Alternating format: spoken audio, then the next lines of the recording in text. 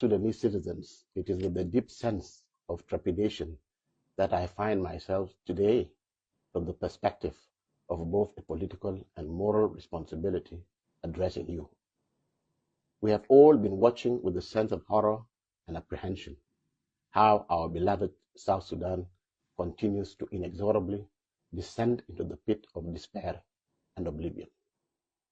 To begin with, there is no doubt that security is the bedrock of any state that purports to be a viable member of the global community of nations. The protection of lives is the single most sacrosanct duty of the state.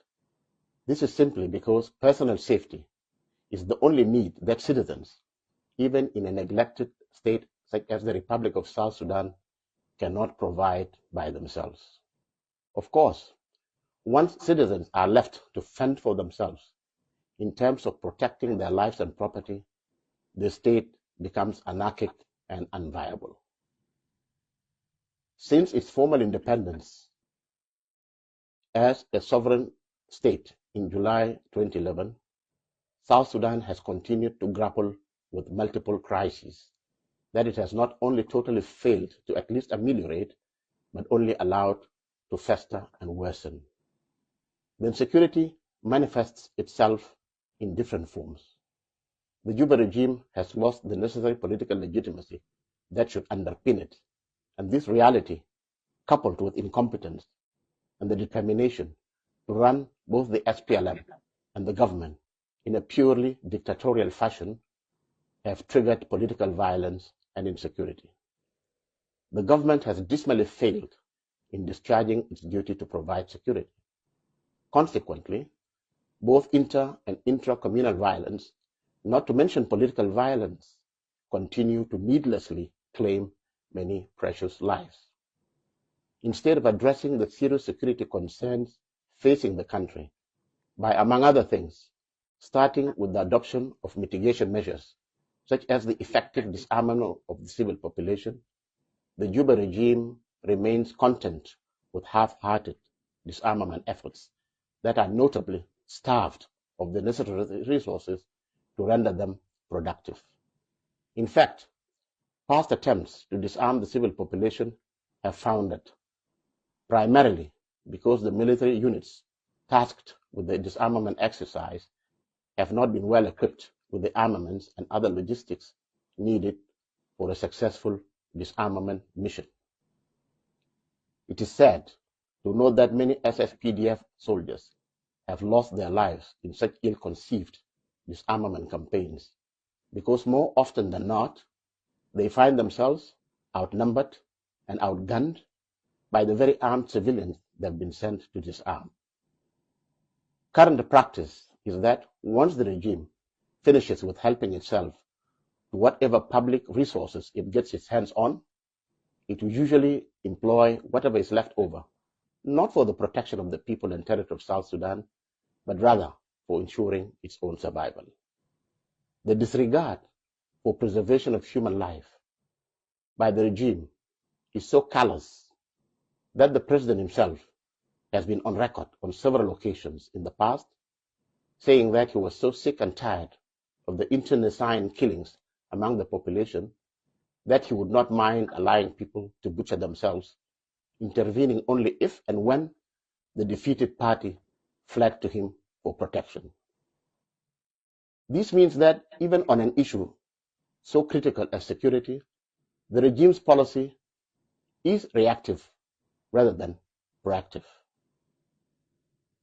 Fellow citizens, during the protracted and bitter civil war that we waged for over 2 decades, we always harbored the hopes that one day the bountiful natural resources we have been endowed with, and especially our oil wealth, would be applied to fueling an agro-industrial surge to deliver socioeconomic prosperity.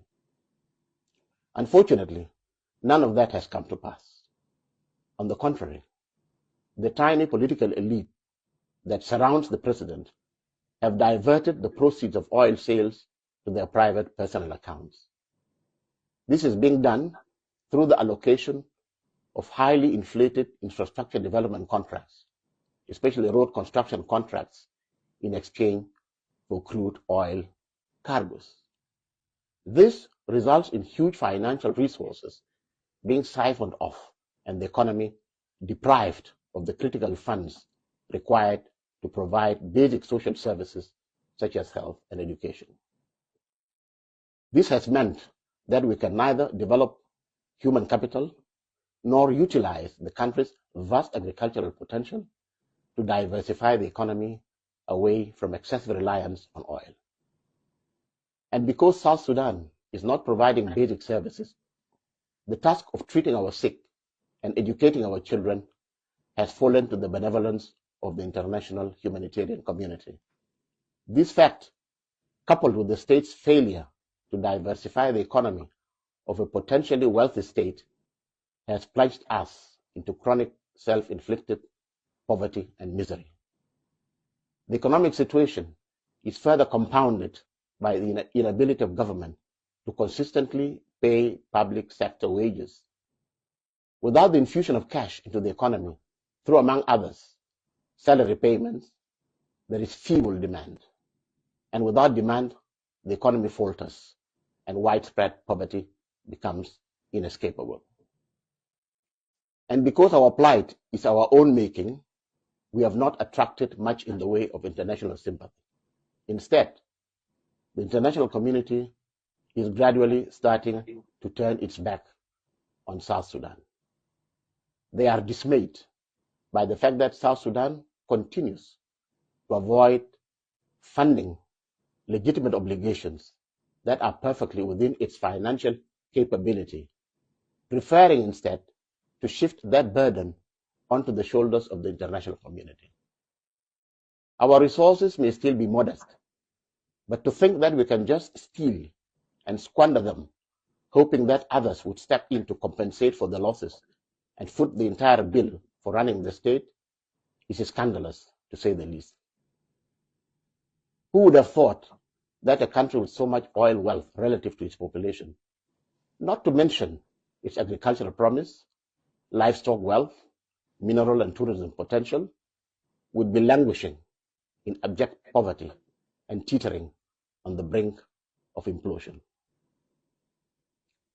Instead of engaging in the systematic plunder of the country's hydrocarbon-generated wealth, our government should have been continuously reinvesting some of the oil proceeds to produce more crude, add value, and thus generate even more wealth from oil. Oil produces money. That in turn translates into more oil, which again brings in more money, and the positive cycle goes on. This is not rocket science, and it is precisely the formula that other oil-producing countries have employed to create sovereign wealth funds that in times of need they use as a buffer against economic shocks, thereby minimizing disruption of their economic development programs. Fellow citizens, the root cause of all our country's ills is political. Failure to appropriately manage political governance is where all our problems stem from.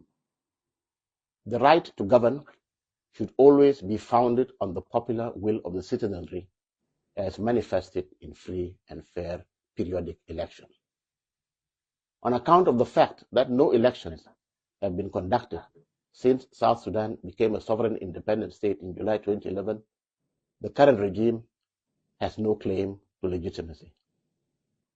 The legitimacy imparted to the regime by the 2010 pre-independence elections lapsed a long time ago, and the planned 2015 polls that could have given it a fresh mandate never materialized. Even the semblance of legitimacy that could be argued was bestowed upon the regime by the 2018 revitalized agreement on the resolution of the conflict in South Sudan, the RRCs, is now gone after the agreement's demise and Juba's subsequent about turn on the Tumaini initiative. The current regime is therefore illegitimate, and hence there is full justification for its removal should it persist with blocking the transition to a new political dispensation from running its course.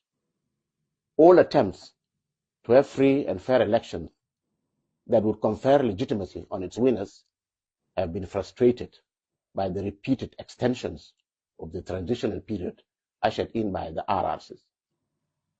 Neither of the agreement's principal signatories, namely the SPLM IG and the SPLM IO, appears particularly keen on steering it to its logical conclusion, which is to conduct free and fair elections leading to a new political order.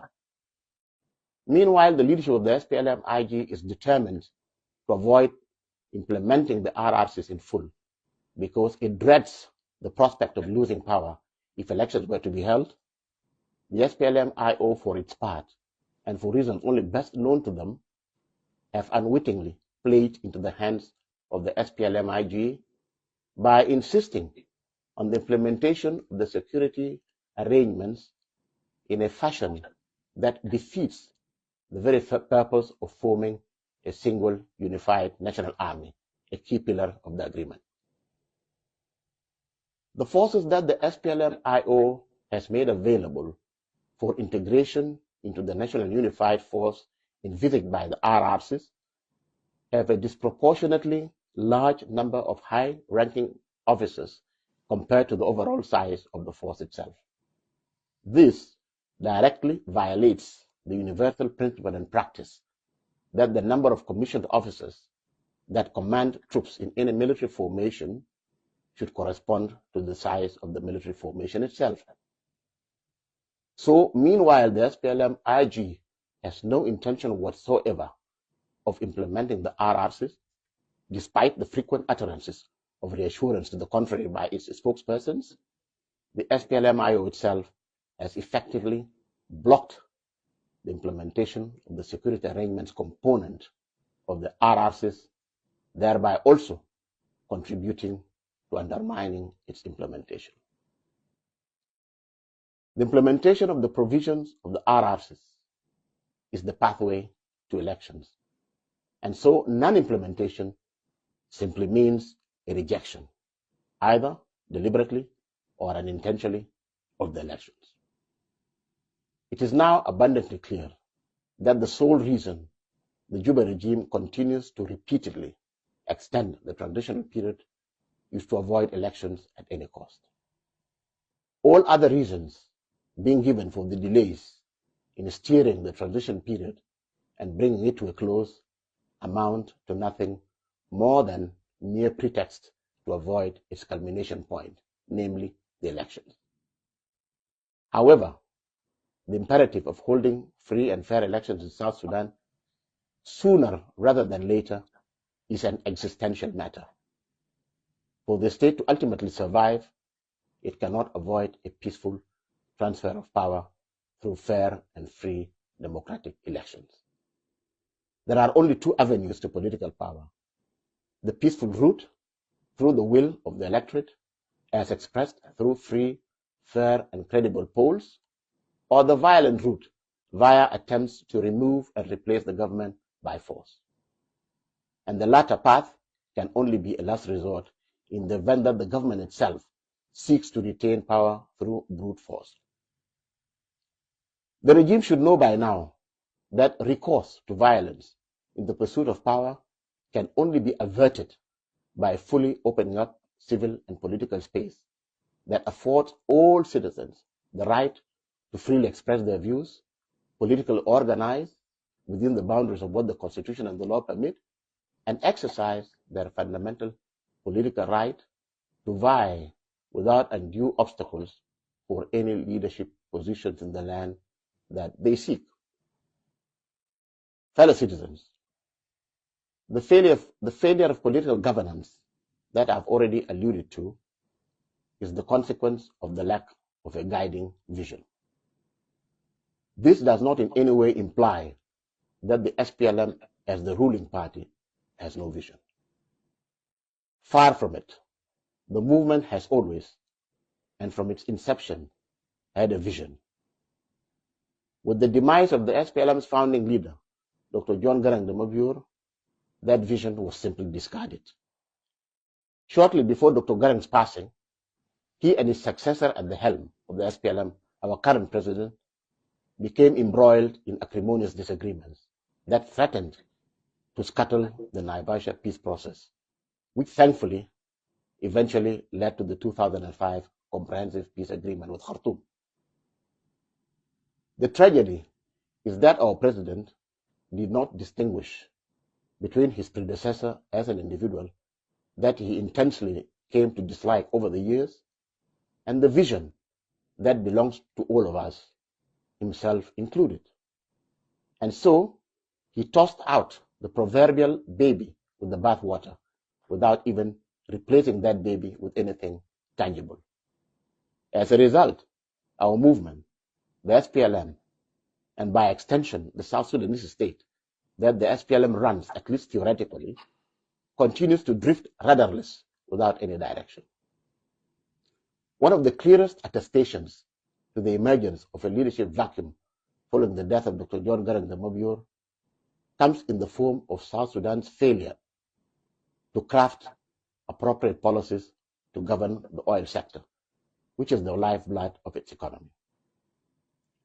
As a landlocked country with oil resources that are by no means insignificant, even a political novice, if installed as president in Juba, would have put in place safeguards against political risks by diversifying outlets to the sea for our oil exports and building at least an oil refinery. And of course, none of that happened. And when war broke out in 2023 in neighboring Sudan, through which our oil flows on its way to export markets, the flow of crude was disrupted, and consequently, income from the Dar blend oil dried up, with disastrous repercussions for an economy already in the intensive care unit. On another related matter, the leadership also appears to have totally forgotten the long-standing SPLM pledge to maximize oil production so as to generate resources to fuel agriculture as the mainstay of our country's economy and the ultimate source of its prosperity. With the bulk of annual budgetary allocations going to the presidency and defense respectively, the agricultural sector, like the rest, are left to feed on crumbs. And that explains why our country, that is regarded as one of the region's potential breadbaskets, is unable to even feed its own population. Fellow citizens, the vision of the SPLM that we need to reclaim entails a two-phase struggle.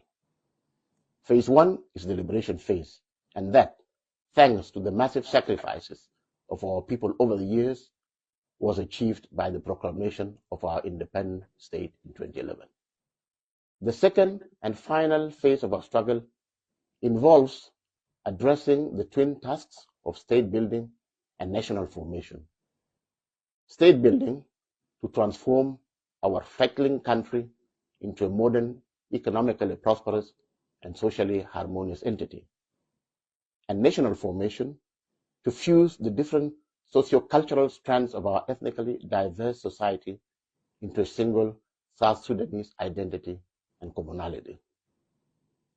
That is the mission that was awaiting the SPLM post-independence.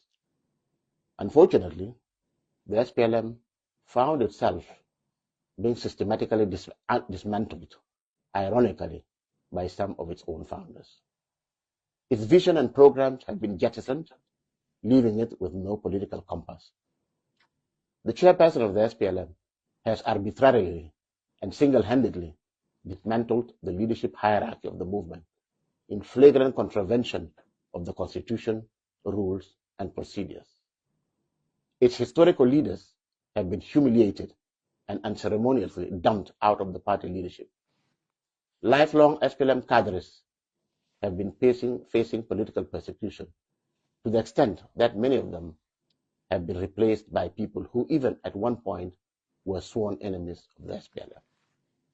It is a known fact that when most cadres joined the SPLM in its formative years and went on to become commissioned SPLA officers gallantly commanding battles during our long liberation struggle, they essentially did so as a political decision. They flocked to the ranks of the SPLM, SPLA for a political cause. They did not do that for the sake of becoming soldiers per se. The military for them was only an instrument to achieve liberation.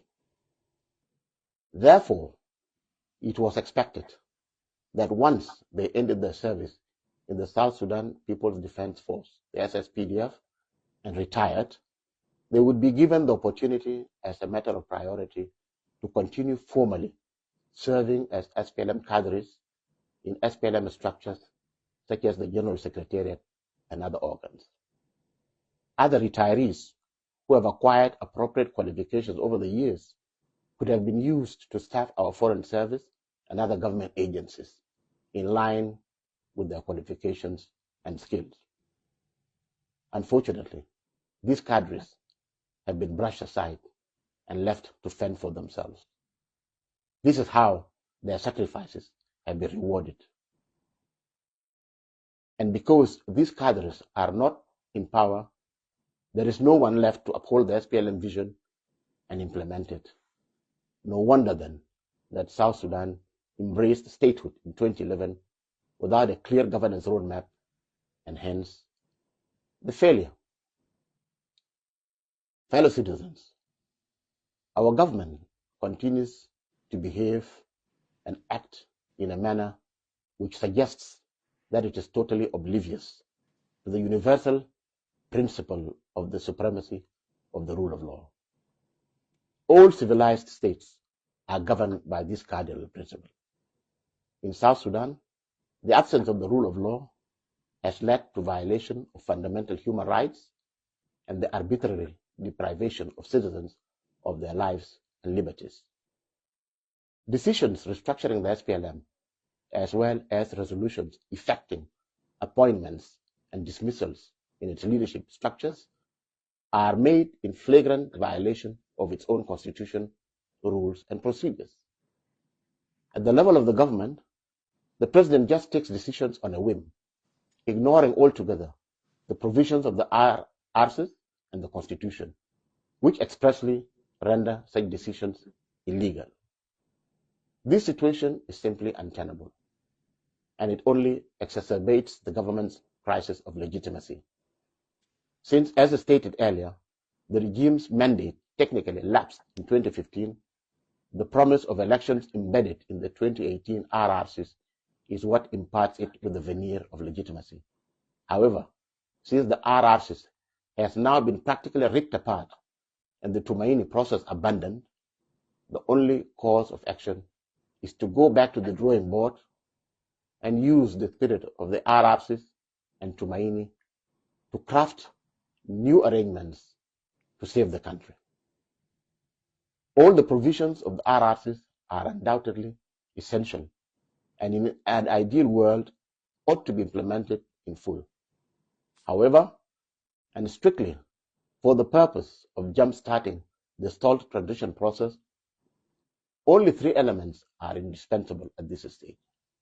These elements of the RRCs should form the centerpiece of a new strategy for the attainment of durable peace and the institution of a democratic, people-centered governance paradigm.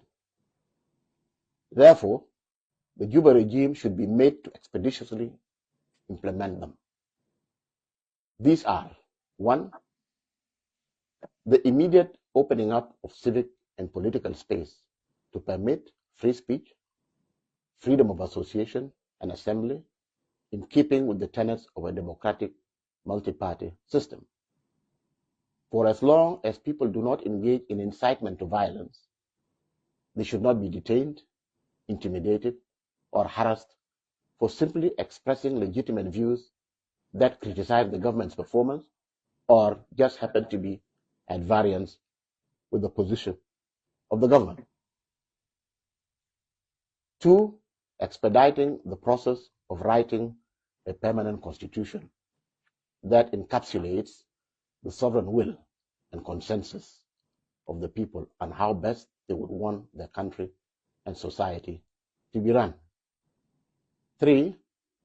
To allow the widest possible participation in the constitution-making exercise Some of its critical phases should be conducted abroad to ensure that participants can freely express their views without fear of persecution.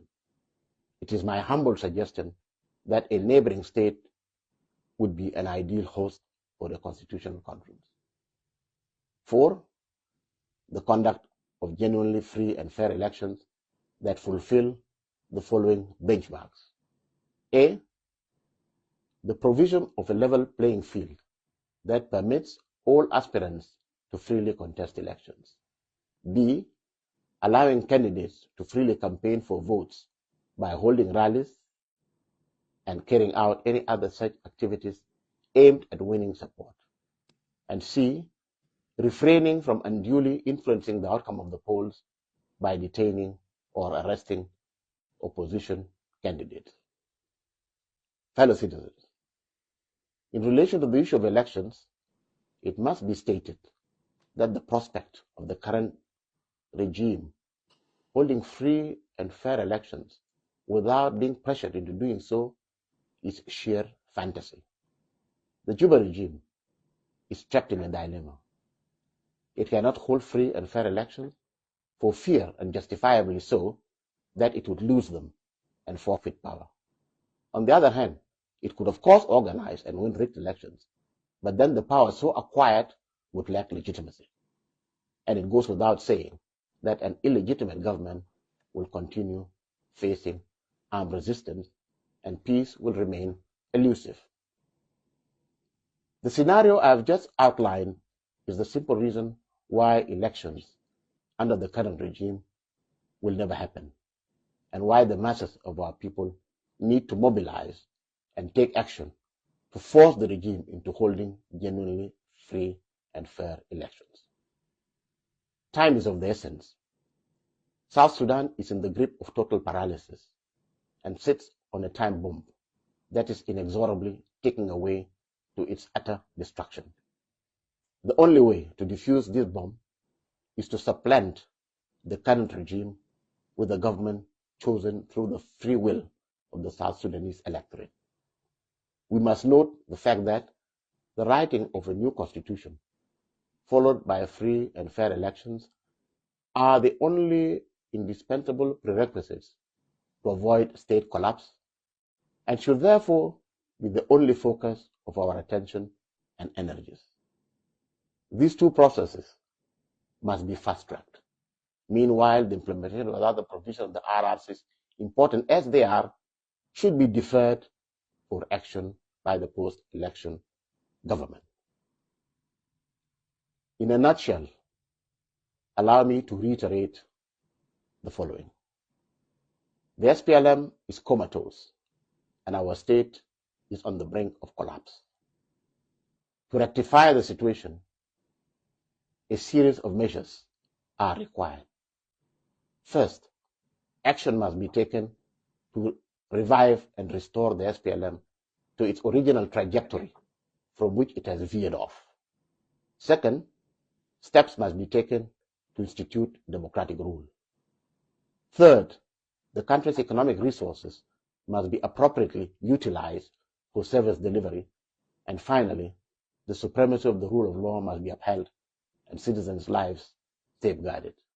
Dear fellow citizens, in order to promote the attainment of these overarching goals, as well as exert pressure on the regime to deliver on the specific and immediate objectives of opening up civil and political space, initiating the promulgation of a permanent constitution, and the holding of free and fair elections, I have hereby resolved to temporarily freeze my membership of the SPLM till it is once again fit for purpose, and to declare the launch of the South Sudan Salvation Movement, the SSSM, as a temporary vehicle for waging the struggle to wrest control of the SPLM out of the hands of those who have hijacked and held it captive for so long. The SSSM is an organization that shall operate under the umbrella of the United People's Alliance, of which it shall be a constituent member, as it acts in concert with other opposition, political, and armed groups for the realization of the aforementioned aims and objectives. The SSSM is not an end in itself. It is not intended to replace the SPLM. It is being conceived simply as a device to steer fundamental reforms within the SPLM and bring about its total renaissance. It will merely be a catalyst for correcting the course of a movement that has gone astray. And I therefore call upon all SPLM members who wish to save their movement to immediately join the SSSM and by extension, the United People's Alliance, the UPA. Fellow citizens, I urge full mobilization so as to start waging our multi-pronged campaign of the second liberation in much the same way the masses of our people did between 1983 and 2011 to consummate the first liberation struggle and achieve independence. I urge all the masses of our people in the urban centers and the rural areas to rise up and reclaim their power that the regime has usurped. I encourage all SPLM rank and file, patriotic elements of the SSPDF and the National Security Service, the NSS, other organized forces, and all other patriotic and peace-loving citizens to rise up in mass action to reclaim our country by creating the conditions necessary to compel the Juba regime to write a new constitution and conduct free and fair multi-party elections before the end of 2026. We must act now, and I call for an uprising of the masses of our people so that we can accelerate the process of reorienting our country in the direction of the state we have long aspired to, a multinational state of peace, justice, and prosperity for all. And in order to achieve concerted mass popular action, I exhort patriotic elements within the SSPDF and other organized forces not to quell any popular protest action in order to do so, but instead to act to protect us. Our communities must stop shedding each other's blood in senseless clashes. They should instead come together and redirect their campaign against the regime and the opportunistic politicians that have used and failed them. It is the dysfunctional nature of our state that pits our communities against one another, because we have all now been obliged, in the absence of a state capable of protecting lives and property and dispensing justice, to take the protection of our lives and possessions into our own hands. Fellow citizens, as I make this statement, I am certain some of you will be quick to accuse me of hypocrisy and disingenuousness, and I can understand that.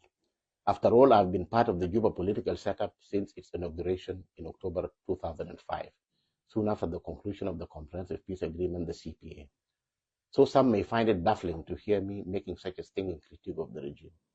Those who do not know me may be justified if they characterize my remarks as dishonest and self-seeking.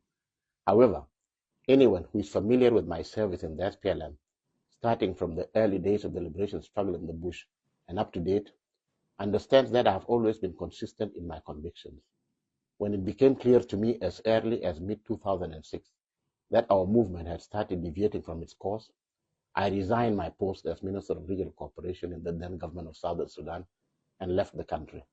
And ever since my return to government in the late 2008 and up to the present, I've been clinging to the hope that our chairman and president would return to the fold of the SPLM, re-embrace his comrades, and work hand in hand with them to run the country in accordance with the vision, principles, and programs of the movement. It is now crystal clear that the dream of saving the SPLM under the incumbent leadership will never be fulfilled. And it is time for us, the cadres of the SPLM that still believe in it, to stand up and be counted. Even as some of you may disapprove of my decision, I know that the majority among you have likely been disappointed by the fact that a senior SPLM leader, such as myself, has remained mute all along. Meanwhile, the situation of South Sudan continues to deteriorate steadily. I know that as a member of the ruling elite, I cannot altogether escape blame for the mess in which we find ourselves today. But I now give you my solemn pledge that not only will I speak out, but perhaps more importantly, I will also act to contribute to bringing about the desired change. Fellow citizens, I finally wish to conclude with a message to our neighbors in the region. We deeply value the support and solidarity we have enjoyed from some of you over the years in the course of our bitter and long struggle. We further commend you for your continued contribution to the development of South Sudan, whether from the perspective of promoting mutually beneficial bilateral relationships or in the context of collective regional integration efforts. However, even as we applaud the positive role you have played in our evolution, we would also like to urge you to allow us space to exercise our sovereign right to freely chart our own policies, elect our own leaders, and craft our political destiny without undue hindrance. God bless South Sudan. God bless you all. I am Nhial Deng Nhial, member of the SPLM Political Bureau and member of the National Transition Legislative Assembly of South Sudan. Thank you.